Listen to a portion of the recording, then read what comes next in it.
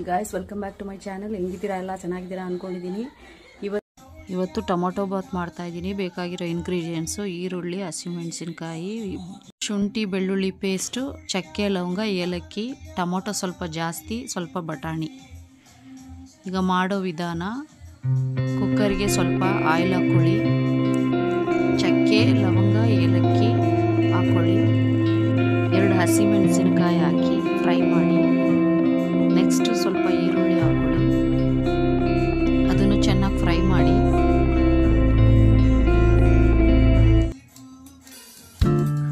ಶುಂಠಿ ಬೆಳ್ಳುಳ್ಳಿ ಹಾಕಿ ಹಸಿ ವಾಸನೆ ಎಲ್ಲ ಹೋಗಬೇಕು. ನೆಕ್ಸ್ಟು ಟೊಮೊಟೊ ಹಾಕ್ಕೊಳ್ಳಿ, ಅದನ್ನು ಫ್ರೈ ಮಾಡಿ. ಬಟಾಣಿನೂ ಜೊತೆಗೆ ಸೇರಿಸಿ ಹಾಕಿ ಫ್ರೈ ಮಾಡಿ.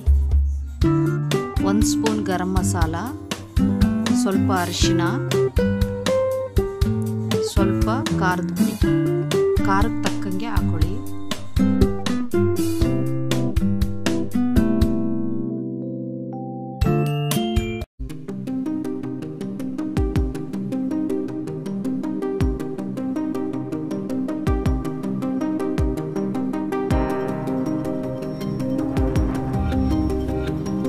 ಸ್ವಲ್ಪ ಕೊತ್ತಂಬರಿ ಸೊಪ್ಪು ಹಾಕೊಳ್ಳಿ, ಅದನ್ನು ಅದ್ರ ಜೊತೆಗೆ ಸೇರಿಸಿ ಫ್ರೈ ಮಾಡಿ.